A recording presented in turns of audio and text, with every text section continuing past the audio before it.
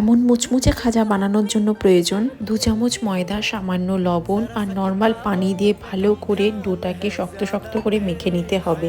কিছুক্ষণ রেস্টে রেখে একটা বাটি নিয়ে সামান্য ঘি আর কর্নফ্লাওয়ার ভালো করে মাখিয়ে নিতে হবে। একটা পাত্র নিয়ে তাতে চিনি আর পানি ভালো করে ফুটিয়ে নিতে হবে। এরপর ডো থেকে 6টা লেচি কেটে নিয়ে একদম পাতলা করে বেলে নিতে হবে।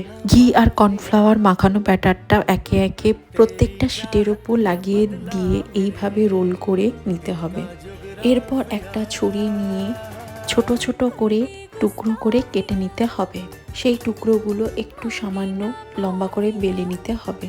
এরপর তেলটা মিডিয়াম টু লো ফ্লেমে গরম করে সবগুলো ভেজে নিতে হবে। সবগুলো গোল্ডেন করে ভেজে নিয়ে চিনির যে শিরাটা বানানো হয়েছিল তার মধ্যে দিয়ে সবগুলো ভালো করে উল্টে পাল্টে তুলে নিতে হবে। রেডি আমাদের মুচমুচে খাজা।